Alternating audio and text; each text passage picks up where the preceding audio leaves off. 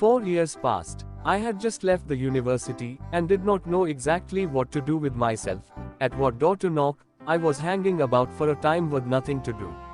One fine evening I met Maidanov at the theatre. He had got married, and had entered the civil service, but I found no change in him. He fell into ecstasies in just the same superfluous way, and just as suddenly grew depressed again. You know, he told me among other things, Madame Dolsky is here. What Madame Dolsky? Can you have forgotten her, the young Princess Zazikin whom we were all in love with, and you too?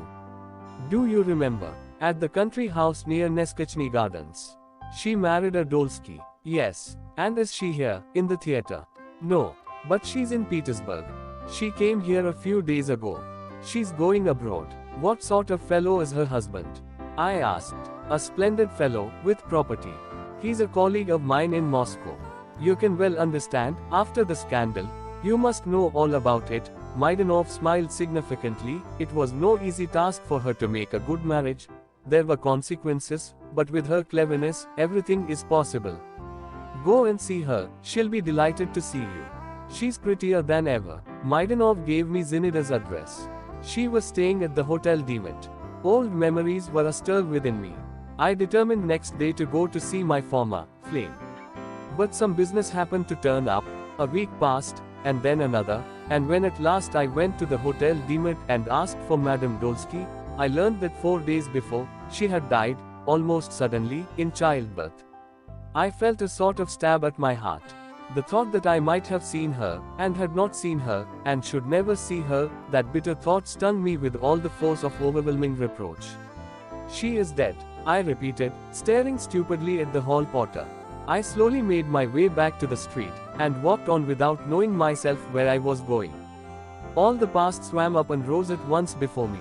So this was the solution, this was the goal to which that young, ardent, brilliant life had striven, all haste and agitation. I mused on this. I fancied those dear features, those eyes, those curls, in the narrow box, in the damp underground darkness, lying here, not far from me, while I was still alive, and, maybe, a few paces from my father. I thought all this, I strained my imagination, and yet all the while the lines from lips indifferent of her death I heard, indifferently I listened to it, too, were echoing in my heart. O youth, youth, little dost thou care for anything, thou art master, as it were, of all the treasures of the universe, even sorrow gives thee pleasure, even grief thou canst turn to thy profit, thou art self-confident and insolent, thou sayest, I alone am living, look you, but thy days fly by all the while, and vanish without trace or reckoning, and everything in thee vanishes, like wax in the sun, like snow. And, perhaps, the whole secret of thy charm lies, not in being able to do anything, but in being able to think thou wilt do anything, lies just in thy throwing to the winds, forces which thou couldst not make other use of, in each of us gravely regarding himself as a prodigal, gravely supposing that he is justified in saying, oh, what might I not have done if I had not wasted my time? Now, what did I hope for, what did I expect, what rich future did I foresee, when the phantom of my first love, rising up for an instant, barely called forth one sigh, one mournful sentiment? And what has come to pass of all I hoped for? And now, when the shades of evening begin to steal over my life, what have I left fresher, more precious, than the memories of the storm, so soon over, of early morning, of spring?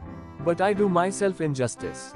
Even then, in those light-hearted young days, I was not deaf to the voice of sorrow, when it called upon me, to the solemn strains floating to me from beyond the tomb. I remember, a few days after I heard of Zinaida's death, I was present, through a peculiar, irresistible impulse, at the death of a poor old woman who lived in the same house as we. Covered with rags, lying on hard boards, with a sack under her head, she died hardly and painfully. Her whole life had been passed in the bitter struggle with daily want. She had known no joy, had not tasted the honey of happiness. One would have thought, surely she would rejoice at death, at her deliverance, her rest. But yet, as long as her decrepit body held out, as long as her breast still heaved in agony under the icy hand weighing upon it, until her last forces left her, the old woman crossed herself, and kept whispering, Lord, forgive my sins, and only with the last spark of consciousness, vanished from her eyes the look of fear, of horror of the end. And I remember that then, by the deathbed of that poor old woman, I felt aghast for Zinida, and longed to pray for her, for my father, and for myself.